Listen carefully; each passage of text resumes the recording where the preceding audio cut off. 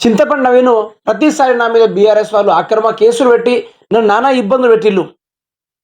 అందుకనే ఆ యొక్క పార్టీ భరతం బట్టి ఈరోజు కాంగ్రెస్లలో పట్టభద్రుల ఎమ్మెల్సీ టికెట్ని పొంది ఈరోజు మళ్ళీ ప్రజల్ని ఆగం చేయడానికి చూస్తున్న చింతపండు నవీన్ ఆయన పైన కేసులు ఎందుకని అసలు ఆయన ఎక్కడి నుంచి మొదలయ్యాడో దాని గురించి పూర్తి స్థాయిలో మాట్లాడుకునే ప్రయత్నం అయితే చేద్దాం. ఇక ముచ్చట చూసుకుంటే తీన్ బార్ మల్లన కేసుల భాగోతం వివిధ సందర్భాల్లో 56 కేసులు, అమ్మాయిల ఫోటోలు మార్ఫింగ్ కేసులో నిందితుడు, వేధింపులను తట్టుకోలేక ఒక కుటుంబ ఆత్మహత్య యత్నం. ఇలాంటి వ్యక్తి కావాలన్నా రిటైర్డ్ ఐపీఎస్ ఆర్ఎస్పీ సూటి ప్రశ్న. చింతపండు నవీన్ 56 కేసులు ఆయన పైన ఎందుకున్నాయి? తీన్ బార్ మల్లన అసలు జర్నలిస్టా లేకుంటే జర్నలిస్ట్ ముసుగులో దాగున్న బ్లాక్ మెయిలరా లేకుంటే అమ్మాయిల ఫోటోలను మాఫింగ్ చేసి గూగుల్లో కాల్ సెంటర్కి వీళ్ళు యూజ్ అవుతారని పెట్టే ఒక బ్రోకరా అనేది ఈరోజు పూర్తి స్థాయిలో నిన్న జరిగిన వరంగల్ నియోజకవర్గంలోని పట్టభద్రుల ఎమ్మెల్సీ మీటింగ్లో అయితే ఆర్ఎస్పీ తీన్ బార్ మల్లన గురించి అయితే కఠినమైన వ్యాఖ్యలు బయటికి తెలపడం జరిగింది. గదే ముచ్చట చూసుకుంటే తీన్ బార్ మల్లన కేసుల భాగోతము ఎన్ని కేసులు పెట్టాయో తెలుసా? 56 కేసులు. ఈ చింతపండు నవీన్ మీద 56 కేసులు. ఈ కేసులు ఎందుకు బనాయించిందంటే ఇక చూద్దాం. వివిధ సందర్భాల్లో 56 కేసులు. చూశారా? వివిధ సందర్భాల్లో 56 కేసులు. నేను వివరిస్తాను, చదువుతా ఉంటే. అమ్మాయిల ఫోటోలు మాఫింగ్ కేసులో నిందితుడు ఈ సన్నాసి జర్నలిస్ట్ అట. పొద్దున లేస్తే కేసీఆర్ని తిట్టుడు, లేకుంటే బీజేపీ పార్టీని తిట్టుడు, ఇటు కాంగ్రెస్ పార్టీని పొగుడు, గీ చేసుకుంటే సన్నాసి అమ్మాయిల ఫోటోలు మార్ఫింగ్ కేసులో నిందితుడిగా ఇతని పైన కేసు బుక్ చేయడం జరిగింది. మరి నేను 74 రోజులు జైల్లో ఉండి వచ్చా. ఎవరి కోసం వెళ్ళి వచ్చానంటే ఇలాంటి ఫోటోలు మాఫింగ్ చేయడము, లేకుంటే కేసీఆర్ తిడితే నేను ఏదో అయిపోతానని పొద్దున లేచి కేసీఆర్ పైన భూతు పురాణం తిట్టడంతో ఆయనని లీగల్గా కేసులు పెట్టి ఆయనని జైలు పాలు చేసిళ్ళు. అంటే వీడి నోటి దూలతోటి, వీడు చేసే అక్రమమైన పనులతోటి, వీడు చేసే అవినీతి పనులతోటి ఆ రోజు తీన్ బార్ మల్లన 74 రోజులు అయితే జైల్లో ఉండి రావడం జరిగింది. ఏదో ఈయన పెద్ద ఉద్యమం చేసినట్టు ఈయనను జైల్లో పెట్టలేదు. ఈయన ఏదో తెలంగాణ రాష్ట్రానికి పొడిచిందని ఈయనకు జైల్లో పెట్టలేదు.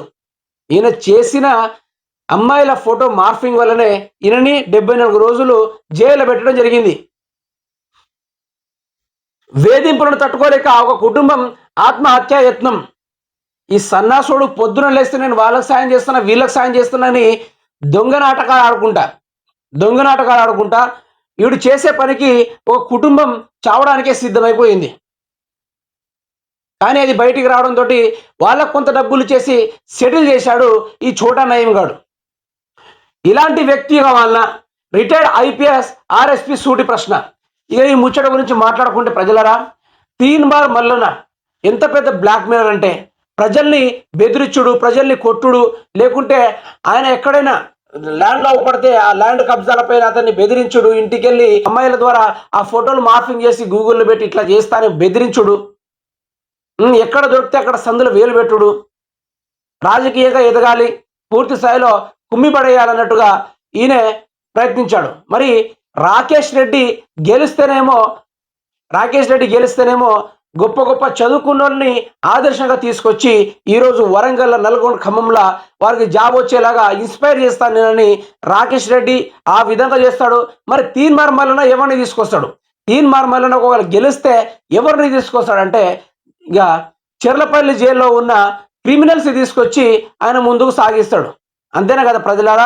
ఈరోజు పట్టభద్రుల ఎమ్మెల్సీ ఎలక్షన్ కాబట్టి ప్రతి ఒక్క పట్టభద్రులు తీన్ బార్ మల్లన అంటే మనిషి వ్యక్తిగతం ఏ విధంగా ఉంది, మనిషి గెలిస్తే ఏ విధంగా మరొక సమస్య తీరుస్తాడు, జియో 46 గురించి పట్టించుకొని ఈ యొక్క బానిస ఈ చోటా నయీం గాడు అయితే ఈరోజు భారీ ప్రచారాలు పెట్టుకుంటే తిరుగుతున్నాడు. కానీ ఏ రోజైనా అదే క్యూనిస్ ముందు జియో 46 విద్యార్థుల్ని లోపల రానియకుండా తరిమి కొట్టించాడు ఈ తీన్ బార్ మల్లన. మరి వ్యక్తిగతంగా ఈ విధంగా ఉన్నప్పుడు, ఒక బ్లాక్ మెయిలర్ అయినప్పుడు, పెద్ద మనుషుల్ని గౌరవించని ఒక జర్నలిస్ట్ అయినప్పుడు, జర్నలిస్ట్ ముసుగులో ఆడపిల్ల ఫోటోలు మార్ఫింగ్ చేసి పెట్టుడు, లేకుంటే లైంగికంగా వేధించుడు, ఇలాంటి ఇష్టానుసార రాజ్యంగా మలుచుకున్నాడు తీన్ బార్ మల్లన.